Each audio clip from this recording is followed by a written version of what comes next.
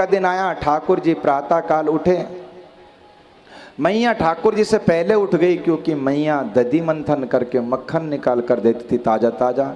दीपावली का दिन मैया ने कहा बिजी हो जाऊंगी, इसके लिए सुबह ही उठ करके मक्खन निकाल देती।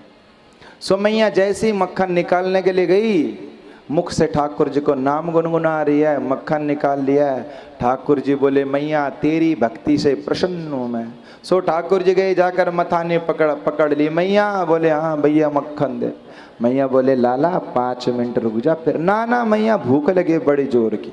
अरे बेटा दूध पी ले। ना मैं मक्खन ही लूँगा, तो कल रात को दे दूँ ना, ताज़ा ही लूँगा। अरे तो निकालन दे। बोले ना अब भी दे या मैं तई। अरे ये तो दही है। सो ठाकुर जी ने महाराज गुस्सा कर दियो। मैया ने ठाकुर जी को गोदी में उठाया। अरे मेरो लाला मेरो कनवा तोते बढ़िया तो कोई है ही ना संसार में। दुग्ध पान कराने के लिए बाहर ले गई। मैया बोले अच्छा मैया मैं इतना बढ़िया हूँ, इतना भलो हूँ। बोले हाँ तोते बोलो तो कोई है ही ना। अच्छा मैया एक बात पूछूं। बोले हाँ। बोले मैया तेरे लिए बड़ा कौन है, तो दूध प्यारो या पूत प्यारो। मैया बोले दारी के अपनी तुलना तो या दूध तय करो। अरे मोए पूत प्यारो है, दूध की तो कोई फिक्र ही नहीं आया। मैया को याद आई मैंने तो चूल्हे में दूध रखा था, जैसी नजर घुमाई तब तक दूध उफान आ गया। सो मैया ने कन्हैया को पकड़ा और नीचे पटक दिया और भग पड़ी दूध के पीछे। अरे मैया तू झूठी है, तेने बोलो तो ही पूत प्यारो तो दूध प्यारो, तेने तो मैंने पटक दियो मोए। सो ठाकुर जी गुस्से में गए, एक डंडा उठाया और सबरी मटकियां फोड़ डाली। नंद भवन में 9 लाख गैया। कितनी? 9 लाख।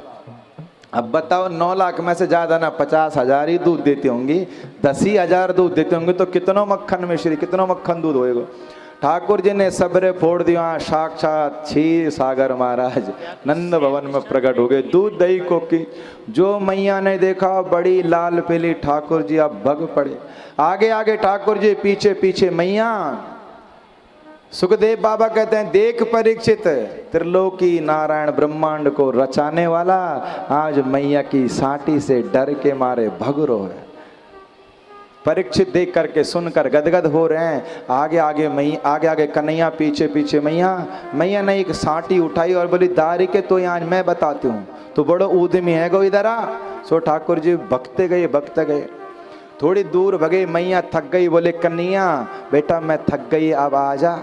अच्छा मैया क्या करेगी? बोले तू आ, तेरी आरती उतारूंगी मैं। अच्छा आरती उतारेगी, तो तेने साटी हाथ में क्यों ला रखी है, ये डंडा क्यों लिया है? मैया बोली मैं बुढ़ापा आ गो ना लाला, तो बुढ़ापे को सहारा तो लाठी होती है बेटा। अच्छा सो भगवान ने बोला ठीक है। जैसी आए मैया ने एकदम से पकड़ा और जा करके कन्हैया को ऊखल से बांध दिया। बोलना पड़ेगा, मैया ने ऊखल से बांध दिया।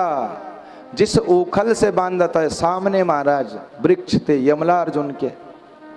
भगवान ने सोचा ये यमलार्जुन भी पिछले जन्म के, इन्होंने भी पाप किए थे, इनको श्राप मिला था, प्रभु द्वारा आपका उद्धार होगा। मैया भीतर गई। सो ठाकुर जी गए उखल लेकर के, यमलार्जुन पेड़ के बीच में उसे फंसाया और एक झटका मारा और झटका मार करके दोनों पेड़ गिरा दिए। दिव्य पुरुष है उनका भी उद्धार कर दिया। बोल नंद के लाला की। जैसी वृक्ष गिरे भैया एकदम से आवाज आई, मैया हड़बड़ाई गई लाला लाला लाला। नंद बाबा बोले रे नंदरानी तेने तो बालक मार दियो, अगर या के ऊपर गिरते तो मर जाते। भैया अब तो मैं वृंदावन में नहीं रहूंगा, अब तो मैं गोकुल नहीं रहूंगा, अब हम गोकुल छोड़ करके जाएंगे। गोकुल छोड़कर कहाँ जाएंगे? बोले वनम वृंद